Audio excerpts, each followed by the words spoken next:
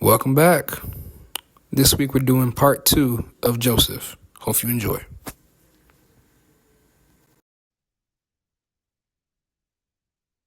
There we go. All right. And hopefully it should be on your screens now. Perfect. Okay. So as we are about to dive in, um, does anybody remember anything from part one?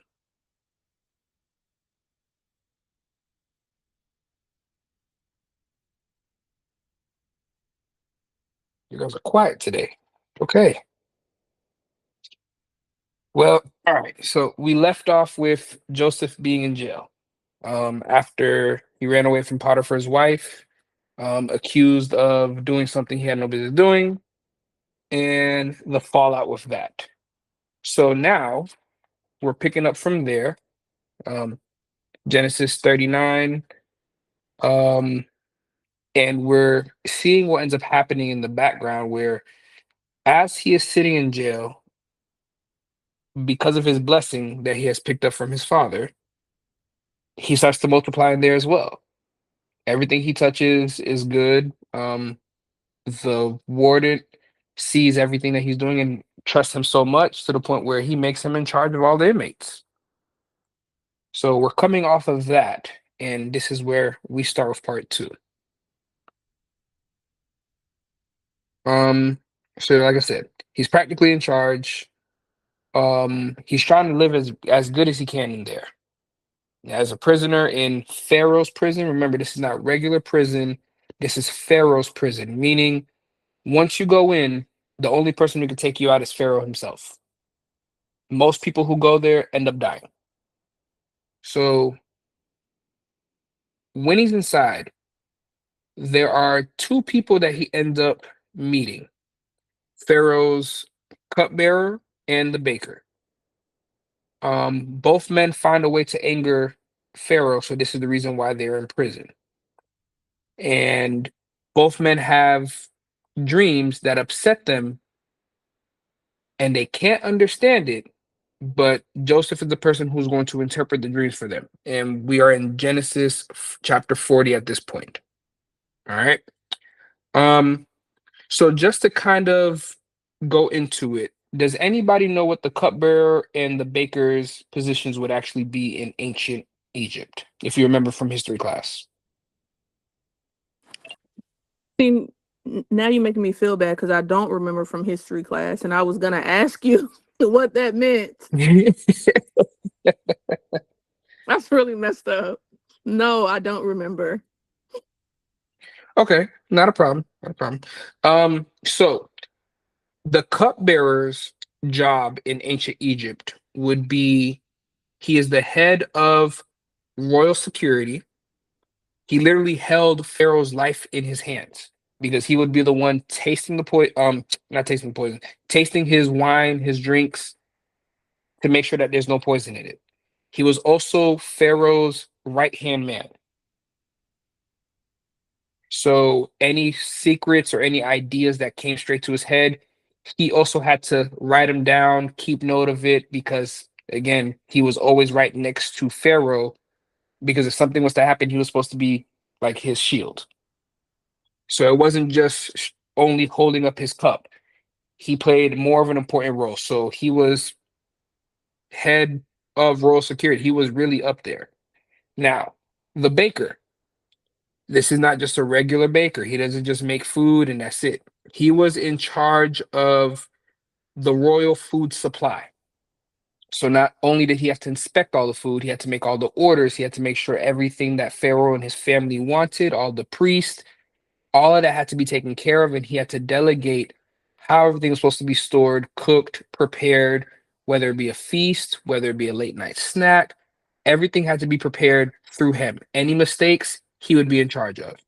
So these are Pharaoh's top guys because again, if the cupbearer says the baker didn't make some good food or Pharaoh don't like it, the baker had to go redo everything, and he would be the one in charge and in trouble for all of that. So the health. of Pharaoh and the whole family, the royal family, was in the baker's hands. Now, when we say that they found a way to anger Pharaoh, most people say, well, then how did he do that? How did he find a way to make Pharaoh upset? Did he make a bad meal? Did the cupbearer not taste something? When you have more, and this is not in the Bible, this is more in the historical text around that time, there was an attempt on Pharaoh's life. Okay. And the two people who would be responsible would be the cupbearer and the baker. Because again, if there's a hit on Pharaoh's life, cupbearer should have seen the poison coming. And if there's something in the food that's not right, the baker should have seen something coming. Yes. So what if the hit or the attack wasn't through food? How would it be the cupbearer's fault? Because he's the shield. He's still supposed to be the last line of defense for Pharaoh. So he's like literally like the human shield too. That's Oh, he's the full head of royal security. man. So he wasn't just over only tasting his drinks. Okay. Yeah. So that's how both of those guys ended up in Pharaoh's prison, not just regular prison, but Pharaoh's prison. Okay. Now, the reason why they talk about them being visibly upset because they couldn't understand their dreams is because being in the royal guard, being in the royal palace, you would have access to the magicians. Back then, everybody knew if you had a dream, especially prophetic dream, something that didn't make sense to you, you would always contact the magicians and they would use divination to figure it out. They always called out to a higher power to figure out what the dreams meant. But since they're in prison, there's no way for them to figure out what the dreams mean. And because they were part of the royal palace, they're worried because what if that means something for Pharaoh? What if this is something that could exonerate me? And because they can't do anything, they are both upset. So as we go down and we start reading the stories, can I get somebody to no, never mind. That's I will leave that for a little later. But as we are reading through, we see the cupbearer has his dream and the baker have their dreams. The cupbearer is the one who gets to speak first. So when Joseph is doing his rounds and he sees them visibly upset, he says, "What's wrong?"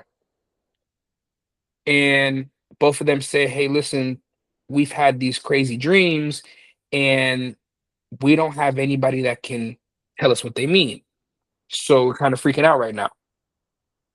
And so Joseph says, "You know what? Let me see if I can help you out." And when that happens, he talks to the cupbearer first, and the cupbearer tells him his dream. In his dream, there's a vine of three branches. They all blossom into great big grapes, and he takes those grapes and he presses them into Pharaoh's cup directly. Joseph interprets that and saying, "Hey, listen, in 3 days, you're going to be restored back to your position at Pharaoh's side." As the verses indicate, we see the baker hearing this, kind of feeling a little smug because he knows his is also with three. He feels like, hey, then that means I'm going to be good. So he quickly, the Bible says, he quickly tells Joseph his story. And he says, in my story or my dream, there was three baskets of bread on my head, but birds were eating the bread that was meant for Pharaoh. And Joseph says, hey, look, in 3 days, you will be raised up. Your head will be raised up, meaning you will be executed, and the birds will be eating your flesh. The baker was visibly upset with that as well. So as 3 days go by, the cupbearer gets called back into work. So pretty much meaning that he was pretty much found innocent for whatever may have happened, and more than likely the baker would have been the one that was found guilty, either himself or somebody within his staff is guilty, so he has to pay for it, which is why he was executed and the cupbearer was brought back to Pharaoh's side. Now, can I get somebody to read Genesis 40s verses 20 to 23 for me, please? All right. Genesis 40, 20 to 23. Verse 20. Now the third day was Pharaoh's birthday, and he gave a feast for all his officials. He lifted up the heads of the chief cupbearer and the chief baker in the presence of his officials. He restored the chief cupbearer to his position so that he once again put the cup into Pharaoh's hand. But he hanged the chief baker, just as Joseph had said to them in his interpretation. The chief cupbearer, however, did not remember Joseph. He forgot him. Genesis 40, 20 to 23. Thank you. So, as the cupbearer was leaving the prison cell, Joseph asked him one thing: please remember me. Or, as some version will say, put a word into Pharaoh's ear for me. Okay? And more than likely, when something like this happens, somebody's just kind of hoping with blind faith that, hey, if he remembers me, I'll be out of here. So let's think about it this way. If you're in prison for something you didn't do, but the person who's your cellmate happens to be the brother or sister of the judge, and if that person goes talks to the judge and tells him, hey, this person is innocent, that you will be out tomorrow. So you tell him, hey, when you get out there, talk to him for me and let him know that I'm innocent. I'm just sitting here. Please help me out. This is what Joseph is trying to do. But as the text says in verse 23, the cupbearer forgot him. And as we get to the next chapter, chapter 41, we realize he forgot him not just for a couple of days, he forgot him for 2 years. So imagine 2 years. You told him, just go tell him. 2 years go by and not one word. You realize that he didn't tell him anything. What are you thinking in your head?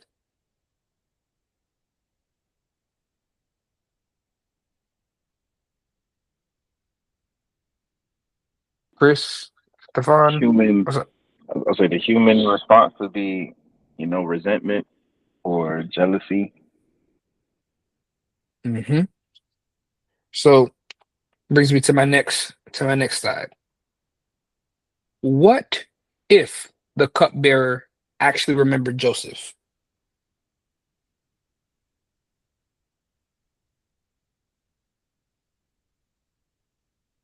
What if the cupbearer remembered Joseph? And that's an open-ended question. Um, Anybody can answer that. Stefan, Raven,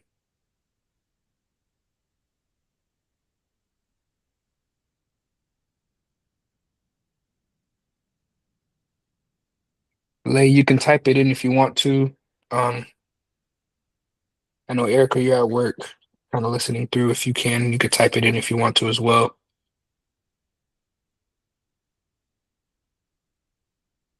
Anybody?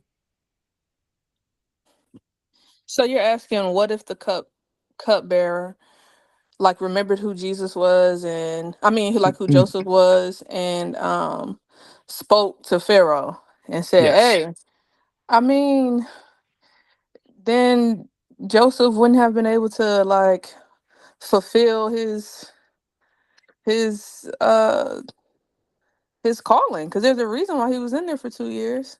Okay. Perfect. Perfect. Um, so now I wanted to ask that question because when Joseph came into Egypt, he was a slave. If he would have been released from Pharaoh's prison, he would be a free man. What would be the first thing Pharaoh or Joseph would do? Probably found a way back home. Probably try to go back home and tell his father, I'm alive. My brothers tried to kill me, sold me off into slavery, and then go about it that way, right? He didn't have any kids. He didn't have a wife. He didn't have anything. He had no life besides being a slave who ended up in prison. So, like Tyra said, yes, more than likely he would have tried to go ahead and get back what he lost and probably would never have fulfilled his calling. Remember, when we have the transition back from chapter 39 in verse 21, we realize that when it said, but the Lord was with him, we realize that now whatever Joseph does, God is the one who is making sure everything is right. So even if he wanted to leave here, he wasn't going nowhere. Not until God said it was the appointed time. All right. So we get into chapter 41. Okay. So um Chris, can I get you to read Genesis 41 verses 1 through 13 for me, please?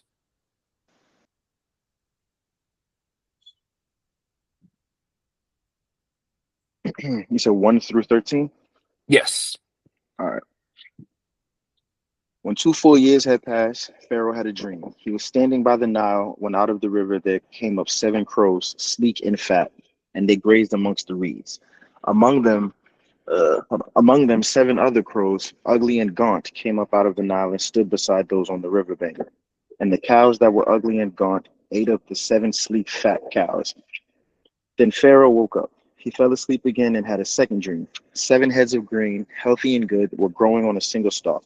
After them, 7 other heads of grain sprouted, thin and scorched by the east wind. The thin heads of grain swallowed up the 7 healthy, full heads. Then Pharaoh woke up. It had been a dream. In the morning, his mind was troubled, so he sent for all of the magicians and wise men of Egypt. Pharaoh then told him his dreams, but no one could interpret them for him. Then the chief cupbearer said to Pharaoh, today I am reminded of my shortcomings. Pharaoh was once angry with his servants, and he imprisoned me and the chief baker in the house of the captain of the guard. Each of us had a dream the same night, and each dream had a meaning of its own. Now a young Hebrew was there with us, a servant of the captain of the guard. We told him our dreams, and he interpreted them for us, giving each man the interpretation of his dream. And things turned out exactly as he interpreted them to us. I was restored to my position, and the other man was impaled. Thank you. Thank you. Now, as we hear, Pharaoh, with this chapter starts off 2 years later, chapter 41. Pharaoh is dealing with two different dreams. First dream, and I'm just going to go over the main themes of the dream. We see 7 healthy cows, and they're eaten by 7 scrawny cows. When they say gaunt, it means literally you can see their bones, their eyes are poking out. There's nothing within them. Whereas you see 7 healthy cows, and they say they're grazing, which means they're by the Nile. They are pretty much eating the grain in the grass that's right next to it. He wakes up from the first one, and then he has a second one. The second one is again about the same 7 ears of grain, which is the ears is pretty much the grain that's coming off the stalk. Um, and then there's 7 thin ones scorched by the wind, damage, probably somebody stepped on them, they weren't healthy enough, sunburned. So when they say they're scorched, it just means like they're damaged. But same thing, 7 full ears of grain are swallowed by the 7 thin ones. And the reason why it's scary is because you can't tell that the skinny and gaunt ones even ate the healthy and full ones. There's no change. It's like you don't know what happened to the healthy ones. So Pharaoh calls for his magicians. Now, in Egypt, they have a guide that they use to interpret certain dreams, especially when it's from a certain official. they have a way and a science that they find and do their divination to how to do dreams.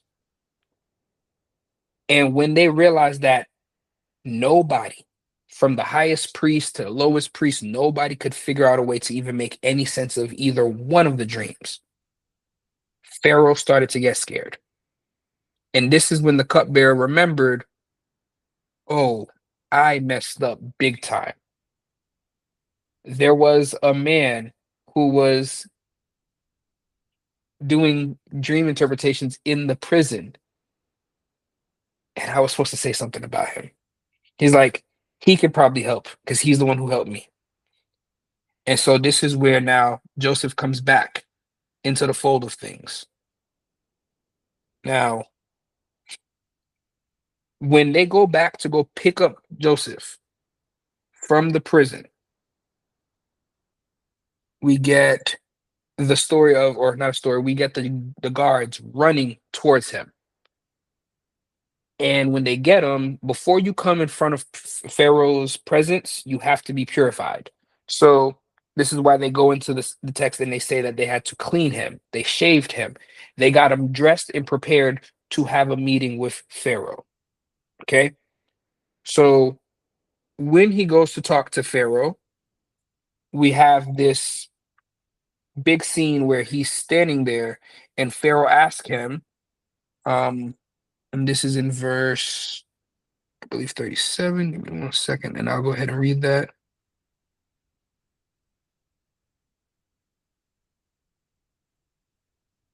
Give me 1 second.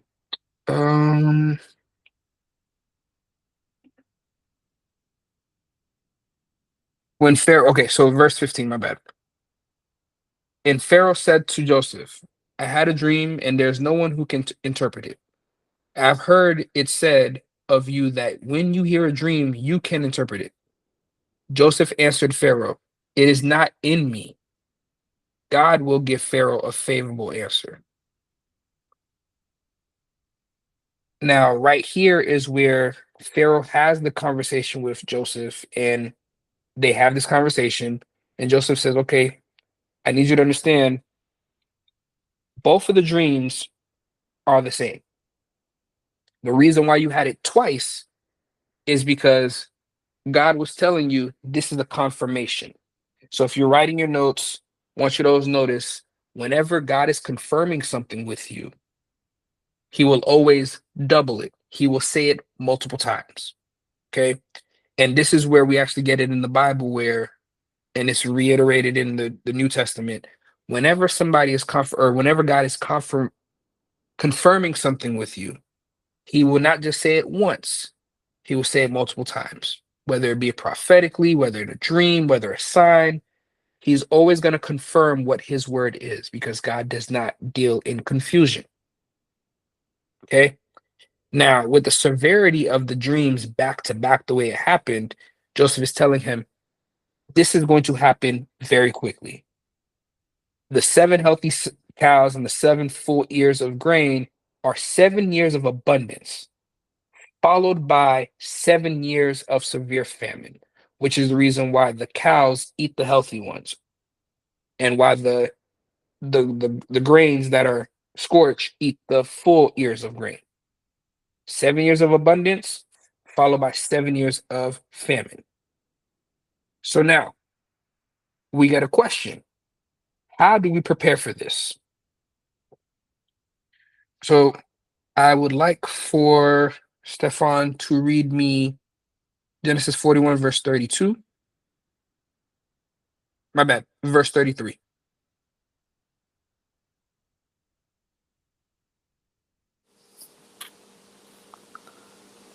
Okay, verse 33. And now let Pharaoh look for his discerning and wise man, and put him in charge of the land of Egypt. Perfect. So now, after Pharaoh talks with Joseph, Joseph pretty much tells him at the end of the day, he's like, listen, so this is what we have to do. And Pharaoh says, okay, so how will we get this done? He said, listen, find a discerning and wise men and set him over the whole land of Egypt so that way he can help you with the situation. And as we move forward, we start to realize that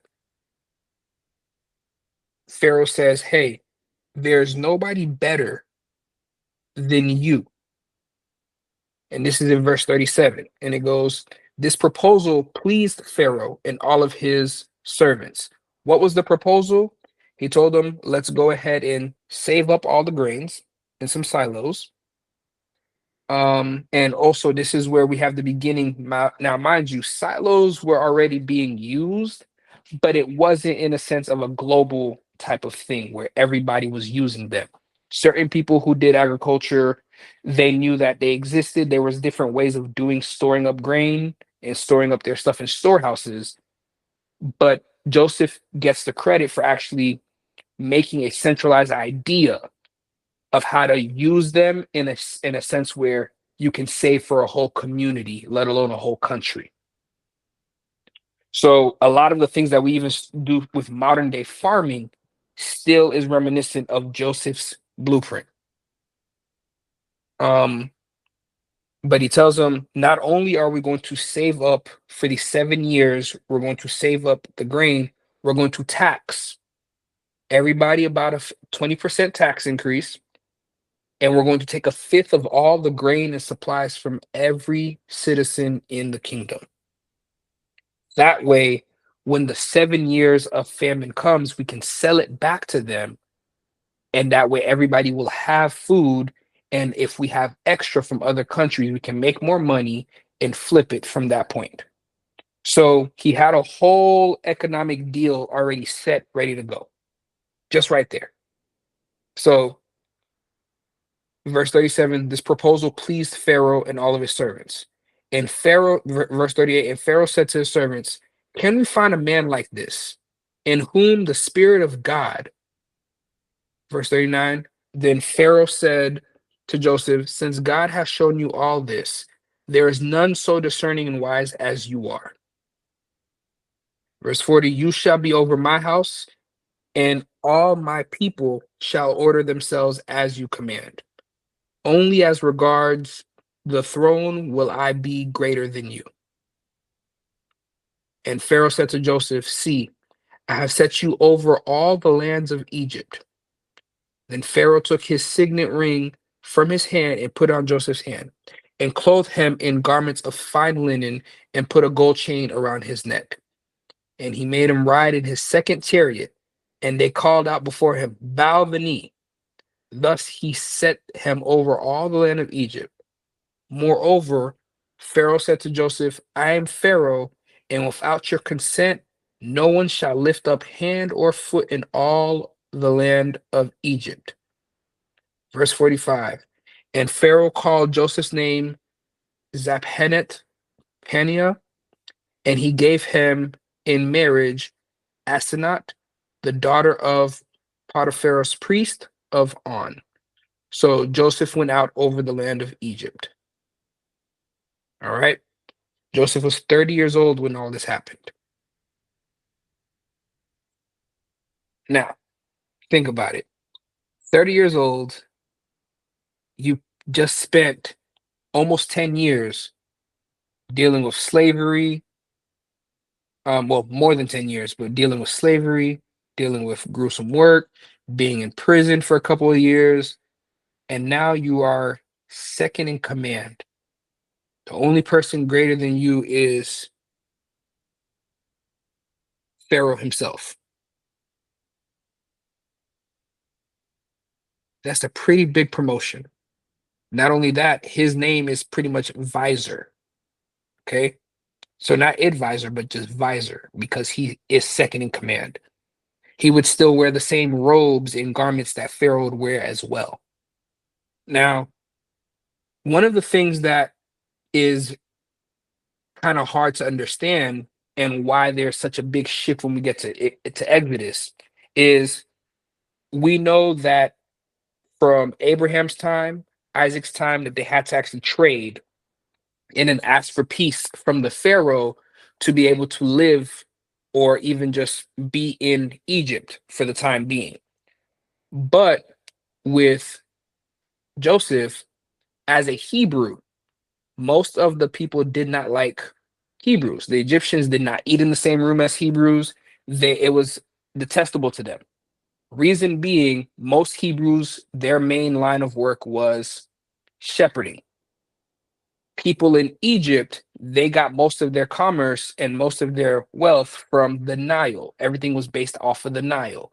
So they had agriculture, so everything was more making bricks and mortar, making sure they had stuff being ferried, so they'll use the Nile to have trade go in and out.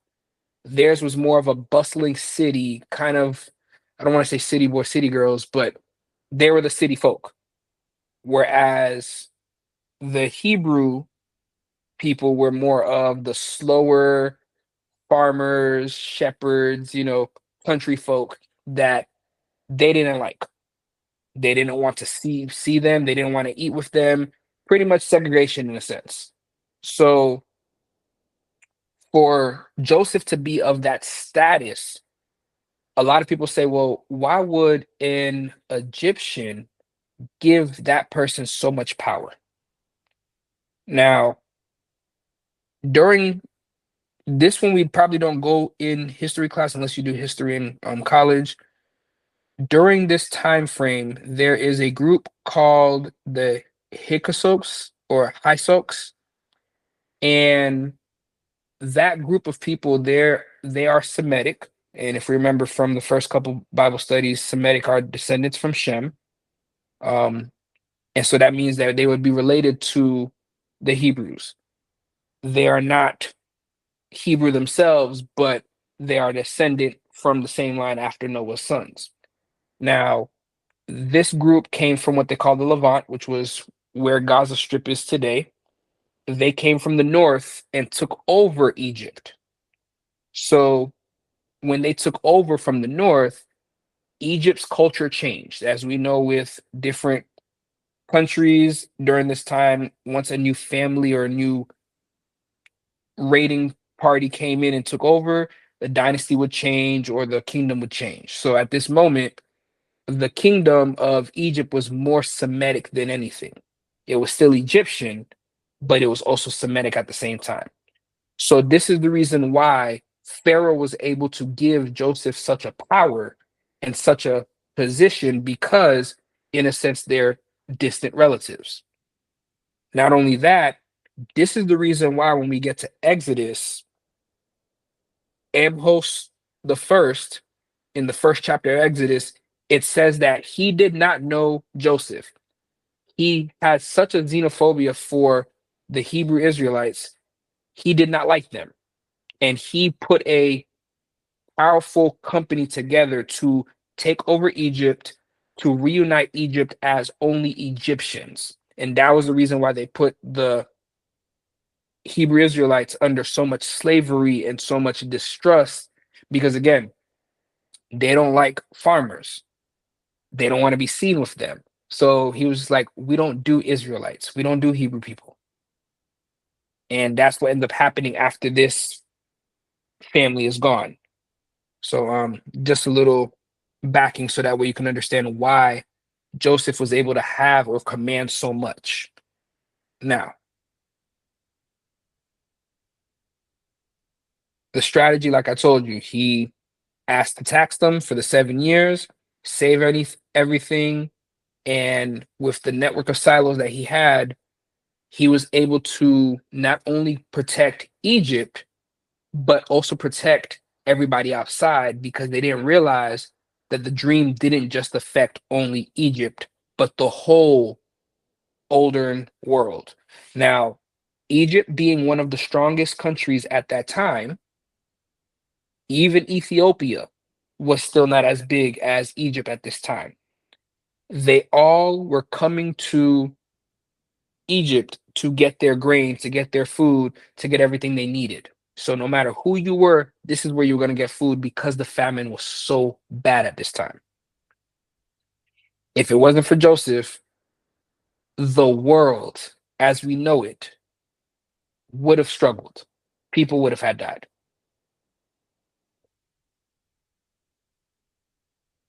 Now, as they said, his wife Asenath, the daughter of Potiphar. Now, Potiphar, of course, Potiphar was just a role as well. Potiphar is the high priest. Um, the daughter, and that the priest of On is the priest of the sun. But as a high priest, the daughter, that's who Joseph's wife becomes. He has two kids with her. We have Manasseh, which is God has made me forget all my hardship and my father's household. And number two, or his second son, Ephraim, meaning God has made me fruitful in the land of my affliction. Even though Joseph is no longer in the land of Canaan with his family, he still has not forgotten his land that he came from. And he lives that vicariously through his children. Now, as these 7 years are going, this is within the first 2 years of the 7 years of prosperity has already passed. These are within the first 2 years of the famine. So it reaches Canaan. Jacob, as he is sitting there with his sons, tells them, stop looking at each other. Go ahead and go buy us some food. You guys do something with your lives. Go do that. He does not let Benjamin out of his sight. Okay? Because he already knows, he says, listen, this is the only one I have left. I can't afford to lose him. So as the brothers pack up their stuff, they go to Egypt. When they get to Egypt, they all together bow down to Joseph. And Joseph instantly recognizes them, but he chooses to hide his identity, to conceal his identity. And this is fulfilling the dream that he had back in Genesis 37, verse 7, where he said that they would be bound down. So as he's hearing them out, he's talking to them through a interpreter. So it kind of helps to keep the facade up. They just think he is a Egyptian official. They call him the governor at this point, and he is to be respected because if you don't, you're going to deal with Pharaoh. So as they ask, they say, "Hey, we came to get some food," and Joseph, seeing them, says, "You know what? I wonder if they have actually changed. They've grown, but I wonder if they're still the same evil people that they were when they put me in slavery." So first, this is his first test, and he accuses them of being spies. And this is in verse 13, verse 12 and 13. And he says, "Why did you guys come here? Where do you guys come from?" He's like, "You guys must have came here to see if there's any weaknesses in our country to take our food." And the reason why he accused them, of course, was to reveal information about their family and his father. He hasn't seen or heard of them, so he has to find out. They tell him, "No, we're the sons of one man in the land of Canaan. The youngest is with our father, and one of them is no more." So once he hears this, he says, "Okay, cool. Bring back, go back home, bring back the other boy, the other son. And if you can do this, then I'll believe you that you guys are not spies." So Joseph wants to see if this is the same thing. Would they disregard the favorite child? Because obviously the father's holding him the same way that he used to hold Joseph close. So he says, as with this, for me to make sure that you guys will not, do bad on your deal, I'm gonna imprison one of the brothers, which he takes Simeon. He takes, mind you, he takes the guys and puts them in custody for 3 days just to show them how it kind of felt being in the pit. So everything he felt, he's making them feel. So after 3 days in prison, he takes them out and he tells them, listen, I'm gonna hold on to one of you guys. You guys go home, bring this grain back to your family, but I'm gonna hold on to Simeon, and this will make sure that you guys are gonna have to come back and get your brother. And again, seeing if they will abandon somebody the same way that they abandoned him. So now the next thing, he secretly returns all their silver that they came with to purchase the grain. He puts it all at the tops of their sacks. So he has his guards tie up the sacks, set them up, and tells them, hey, you guys can go. The motive for that was he wanted to test their honesty, just to see what would they do. Would they lie about it? Would they come back? How exactly would they proceed? So they get to an inn, and one of the brothers, Reuben, is going through his bag, and as he sees in the top of his bag, he sees that there is the silver, and they all get scared. Now, as they are sitting there scared, they're saying, you know what? We're only going through this because we did what we did to Joseph back in the past. If we never did that, none of this would be happening. Reuben now opens up his mouth and says, I told you guys don't do no harm to him. Now look at what happened. And we remember Reuben didn't really care back then. All he was trying to do was just try to use Joseph as a bargaining chip so he can get the blessing. So as this happened, they go back home, and of course, they tell their father. They get home, they tell their father this is what happened. They have Simeon, and of course, Jacob is upset, doesn't know what to do. So they continue on with life. Once the grain is finished, mind you, it's not just for their household, it's for all of them that were living in the land of Canaan that was part of the Jacob household. He says, okay, you guys need to go back and get the grain. Reuben already, when they had came back the first time, had already said, hey, listen, he won't let us go back unless we bring Benjamin with us. And Jacob says, absolutely not. My son is not going nowhere. I already lost one. One is being held, and he is the only one I love that I have left. So Reuben says, Father, leave the boy with me. If anything should happen to him, you can kill my two sons as collateral.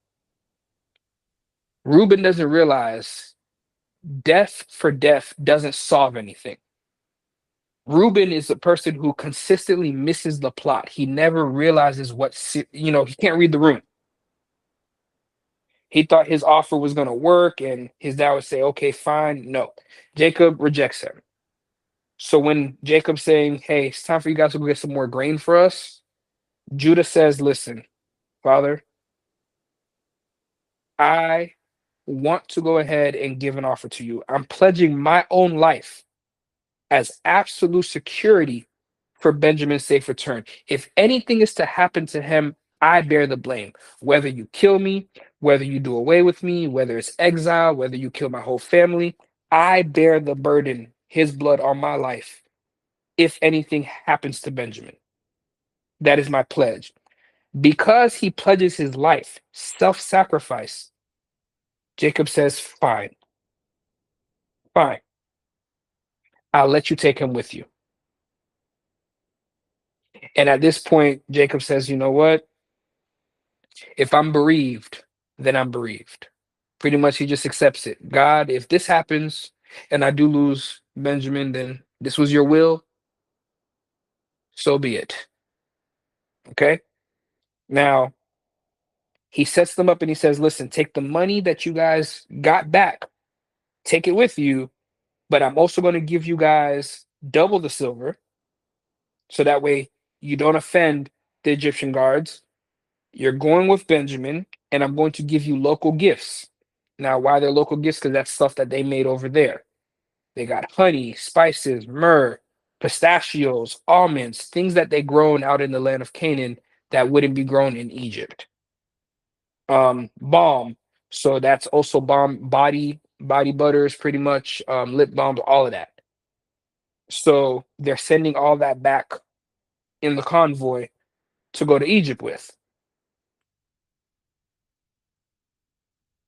Now, is am I moving too fast for anybody, or is any questions before we continue?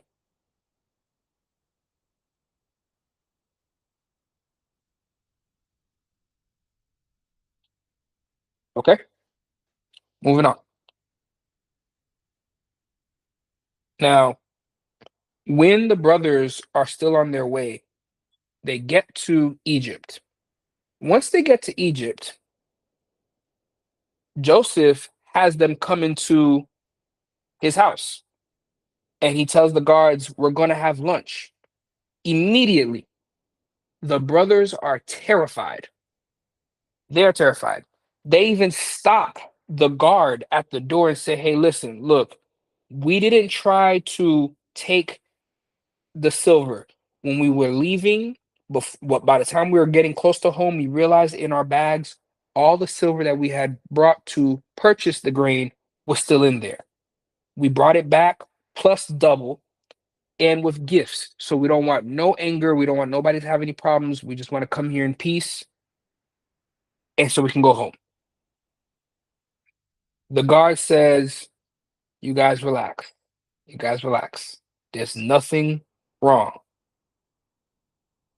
And so as they are seated for this big feast, Joseph comes in, says hi, talks to them, and he says, "Oh, is this the boy? Is this the brother you told me about?" When Joseph sees Benjamin, his feelings get to him so much that he has to walk out the room and go to his private chambers, his own bedroom, to go weep because seeing his brother starts to now crack the foundation of who Joseph was. This whole time he's been just surviving. Now that he's seeing his family and all this is going on, he's cracking on the inside. His brother, his fully blood brother, is here and he's cracking. He has no relationship with his brother because he's been gone. And so he cleans his face up, walks out, goes back to the mess hall or to his dinner hall, and the brothers are confused and scared. They're still thinking God is definitely punishing us for what we did to Joseph because they're seated in chronological order of the ones of how they were born, who was born first, all the way down to Benjamin being last. And to them, that scares them. How does this guy know who was born first to put us in the exact birth order? And that's how he set us up. So as they're sitting there scared and they're all eating, the food's brought out, and Joseph gives Benjamin 5 times the amount as a final test for the brothers to see if they were going to be jealous again. The same way they're jealous of his robe, are they going to be jealous that Benjamin is getting 5 times the amount of food as they are? The brothers eat in peace. They talk, they enjoy their laughter, they eat, and there's no issues. Joseph seeing this, he starts to kind of, he's speechless and he's just like, "Hey, I wasn't expecting them to be like this." So Joseph says, "You know what? We had a good time. I'm going to go ahead and let you guys go." So sets them up, puts their grain back, takes the gifts, takes the money, boom. And he tells the guards, "Hey, same thing again, put their money back in their sacks of grain. But in Benjamin's pack, put my silver cup that I drink from and put it in there." He sets them off. When they're just a little ways away, mind you, Simeon's out of prison, he's with them as well. Everybody's going home. As soon as they're a little ways away, Joseph says, "Guards, my cup is missing. Go find them and bring them back here. The person who has my cup will become my slave. The rest of them will be free to go. When that happens, when they catch up with the brothers say, "Hey, listen, none of that has happened. None of that has happened. We didn't steal anything. We didn't take anything. We came in peace. We had food with you guys. We're all good." And the guards are like, "Okay, we're gonna check from oldest to youngest every bag." So they check all 11 bags and they realize everybody is good, except when they get to Benjamin. Once they get to Benjamin, sure enough, as soon as they open the bag, on the top is the cup. Right then and there, Judah says, "Hey, listen, I can't let you have him. There's no way I'm gonna let this happen. Take me instead and not him." After after going back and forth with the guards and with Joseph, he says, "Listen, I'd rather die before I let you take my brother. We already lost one. We're not losing another one." And Judas, Judah, my bad, puts pretty much puts himself as prostrates in front of Joseph. Says, "Take me." The rest of the brothers do the same. "Take us, but let him go. If not, we will pretty much we'll kill our father if he does not come home."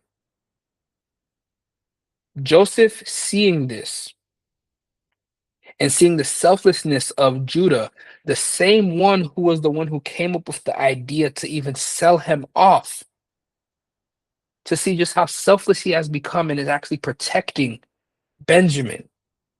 He tells all the Egyptian guards to leave. He tells all the officials, leave. Anybody who was Egyptian, he tells them, leave. Close the doors behind you.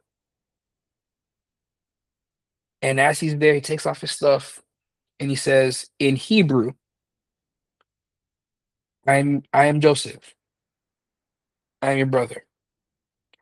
The brothers are scared and speechless because the cup that was in Benjamin's bag is his cup of divination. They thought, hey, there's a spirit talking through him, and we're finally being punished for killing Joseph. And he tells them, no, I'm your brother. I'm alive. God sent me to Egypt to save lives for this very reason. He throws his arms around Benjamin and he tells him, listen, is my father alive? They say, yes.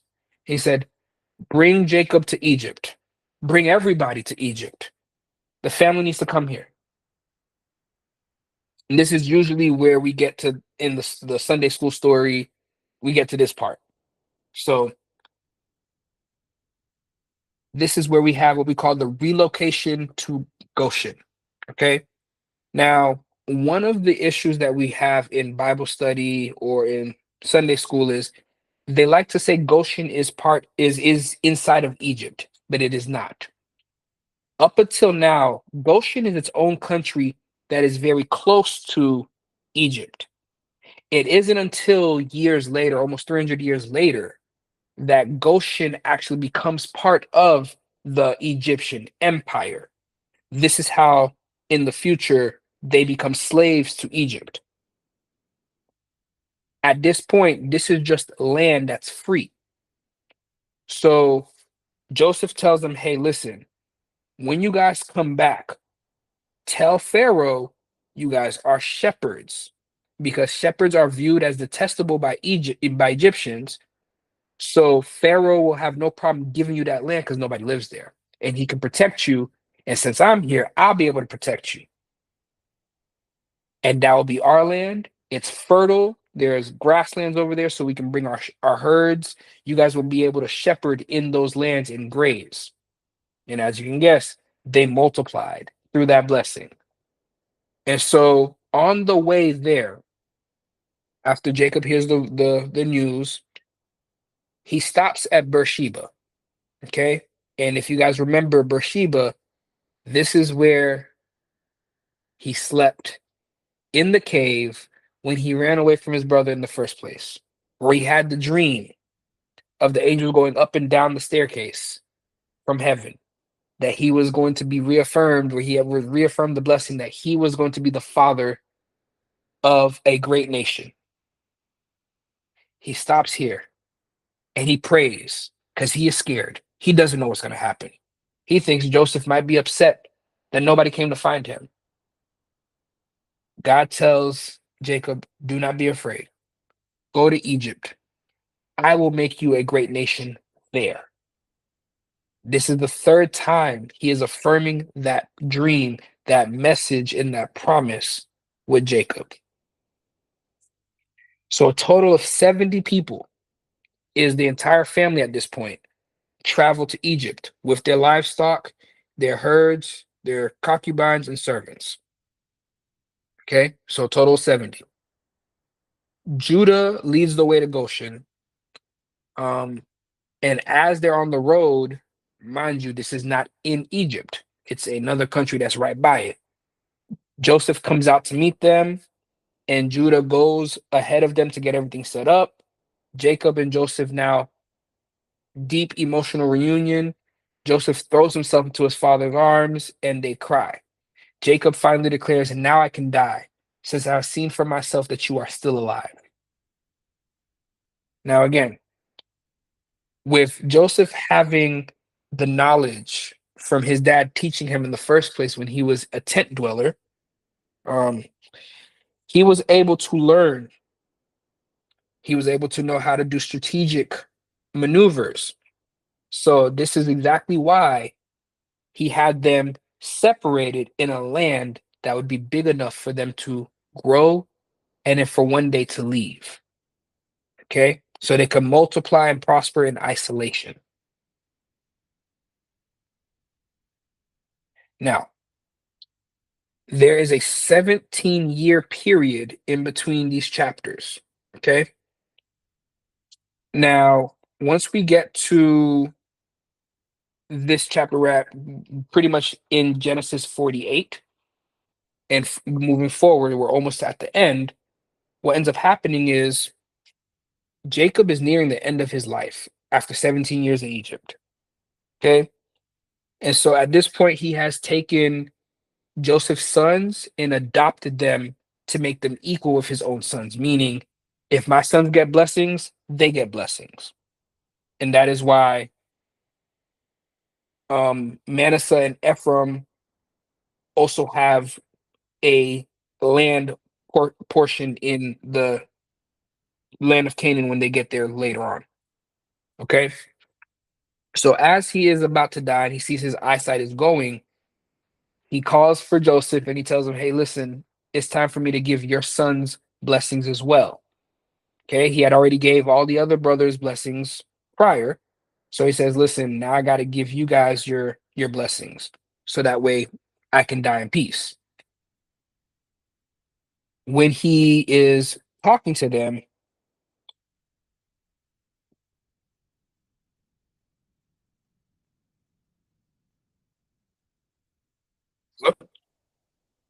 Did you mute no, I don't yourself? know what just happened with my audio. Can you guys can hear me now, right? Okay. Yes. As as Jacob is nearing his death and he's blessing the kids, Joseph is placing the boys right where they need to be. So it was known as the right hand is where the blessing would always go. The left hand would be the second blessing or the lesser blessing. So Jacob intentionally crosses his hands, placing his right hand on Ephraim, who is the younger brother. Now, Joseph tells him, hey, father, no, that's that's the younger brother. And Jacob says, no, I know. The younger always rules. The first serves, or the older serves the younger.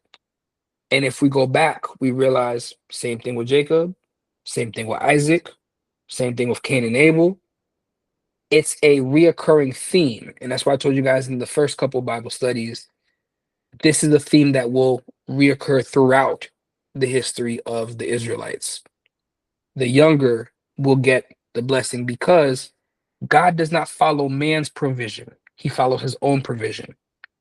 Mankind says the firstborn automatically gets the blessing, always gets the birthright. God said, no, who I choose is who gets the birthright. All right. So this is why Ephraim is the one who is blessed as opposed to Manasseh. Now, moving forward, we get all the rest of the brothers coming in and Jacob giving his final words, his final prophetic verdict. Okay. Now, mind you, he gives a word for everybody, but the ones that are important are just these four people. So with Reuben, he tells them, you are my strength, my firstborn. You're the best of me. And in the same thing, he tells them, you shall not exceed, you should not excel, you should not prosper. You lost your birthright. We already knew he was already losing the birthright. He knew it, everybody knew it, and he was trying his best to gain it by other means. But here Jacob says, listen, now that I'm about to be out of here, you're not the guy. You're not going to be the leader of this family. And he calls him out and he says, all those years ago, I knew you slept with Bilhah. You defiled your father's bed. And because of that, nothing will work for you. And when we follow in the future, we will see that Reuben's descendants, out of all of the rest of the brothers, Reuben's descendants are the only family out of all the tribes that has no officials, no priests, no leaders, no prophets, no kings. Nobody important comes from his family. If anything, they pretty much get lost in history. What Jacob said was true. He becomes nothing. Then he moves on to Simeon and Levi. Remember, Reuben's first, Simeon and Levi are the next. And hot-tempered, executed violence for the sake of their sister when she was violated in Shemek or Shechem, my bad, not Shemek, Shechem. That's in Genesis 34. Jacob tells them, because of your anger, you're going to lack a unified territory. I will divide you in Jacob and scatter them in Israel. Pretty much what he's saying is, listen, as my sons, you guys, your descendants will be just scattered amongst all of your other brothers. That's in Jacob, all your brothers. So your people will not have their own. And then not only that, they'll be scattered in Israel, which is the promised land. When your descendants get there, they will not have their own. They will be everywhere.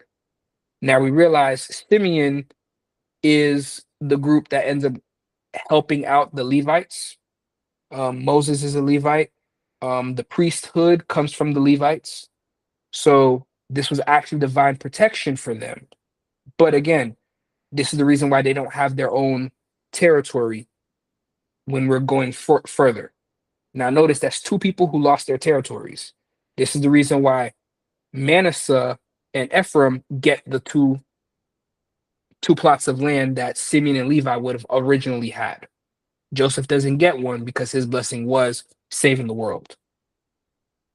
Benjamin, he is the beloved youngest, and he is fiercely protected by everybody. They don't play about Benjamin. Now, Jacob says, likened to a fierce, ravenous wolf. In the morning he shall devour the prey, and at night he shall divide the spoils. In the future, we see that Benjamin's descendants actually become the people who make the armies for Egypt. They come up with the strategic ways that the Israelites fight, how they do battle, how they become warriors. All of that stuff comes from Benjamin. Not only that, they have a special group within them called the left hand slingers. They had a group of people that somehow just got blessed with being left handed. and they all carried a sling in their left hand, which made it hard to fight them. They carried their arrows in their left hands. They shot with their left hands, which made them hard to fight them. Their swords, left hand. Most people could not fight people with their left hand because everybody was used to defending the right hand. So they became very strong. That was your strongest group within the family. The same time, one that's not on here is Judah. Judah gets probably one of the most important ones. He said, the royal scepter should not leave your household. Pretty much meaning the royal bloodline for my household is going to come through you. And as we realize going in the future, we see his descendants lead to David, David's son Solomon, all the way down to Joseph, who is the adopted father of Jesus, and Mary, who is also David's descendants by surrogate mother. On both sides, Jesus ends up coming through the line of Judah. These are all Jacob's final words. Once he is done telling everybody what their portion is, he is done and he dies. He breathes his last breath, and that's it. Now, the most important part about Jacob's passing is there's three phases. When most people die in Egypt, they get a couple days, you mourn for them, and that's it. Pharaohs got mourned for 42 days. That was a national thing. My bad, not 42, 72 days. The embalming would be 40 days, and then the 72 days after was the mourning period. Jacob got 70 days because he was the father of Joseph. For somebody that they detest, that they don't even want to eat in the same room with, was a big thing. This is why a lot of people who didn't like the Israelites already started to show their discern and their detest for Joseph and his family starting at this point. So after this national mourning, Joseph asked Pharaoh, can he leave to go fulfill his oath to his father, which was to bury his father back in the tomb of his ancestors, the cave of Machpelah. Okay, same cave that Abraham purchased. And that's exactly what they did. Now, after Jacob dies, the brothers start to think that now that Jacob's gone, Joseph is going to punish us for doing what we did to him. They come together and they make a message saying that our father Jacob, before he died, told us to tell you to forgive us, and we will humble ourselves before Joseph. And if you don't like that, we'll be your slaves. Joseph responds to them by crying, not out of anger, but out of sorrow that they don't realize that he's not mad with them no more. He forgave them. This was God's plan, not his plan. So he refuses to retaliate. He promises that he will care for them and his children and their children's. Do not be afraid. I am in the place of God. We are good here. There's nothing that you have to ever doubt that there's anything that's going to happen between us.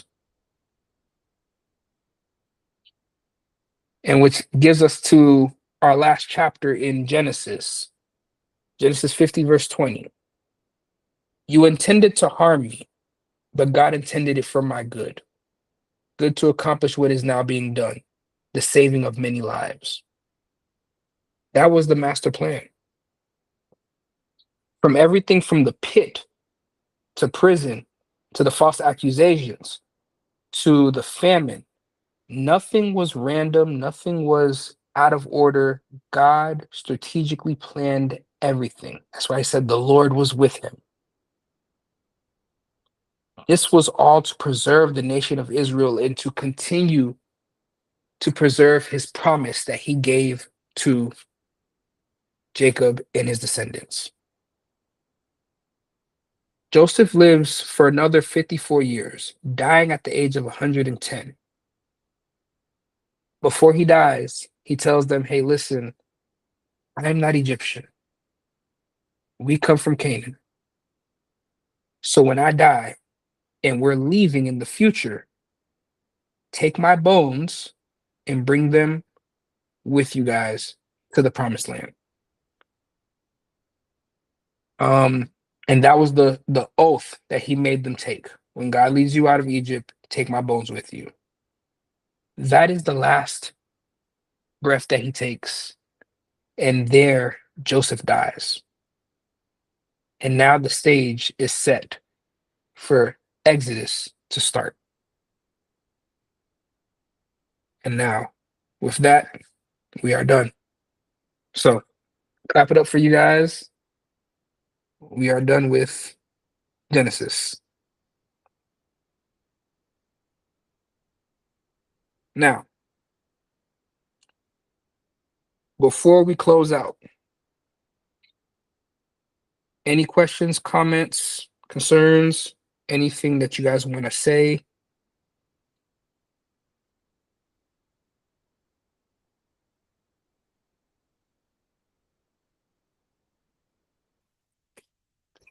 That story has more meanings than I realized. Mm-hmm. And So I appreciate the breakdown. oh, no problem. And I wasn't trying to cut you off. I just want to kind of piggyback off what you were Yes, you saying. were. um, this story is so dense to not make a part three. This is the reason why kind of the ending I had to kind of rush through. I didn't have us read any verses on purpose, just because it really would have extended our time. But there's a lot here to unpack. But I just wanted to go over the main things, and it's the reason why I tell you guys to read your verses before we do come into Bible study. We will go over certain key verses when we are going through the slides, but I do advise and do ask you guys to read it before. That way, you will at least know what we're talking about, and so when I break it down, it'll make more sense. That's the whole point. It's kind of like in class. You go ahead and read first. When you get back to class, we'll talk about it and break down any questions you may have. Um, but yes, Tyra, you are correct. There's a lot of themes behind it. There's a lot of things that now take place, and this is why a lot of those rules that the Egyptians and the Israelites end up starting. This is the reason why when God tells them, I want you guys to have a new identity, this is why he has them do things in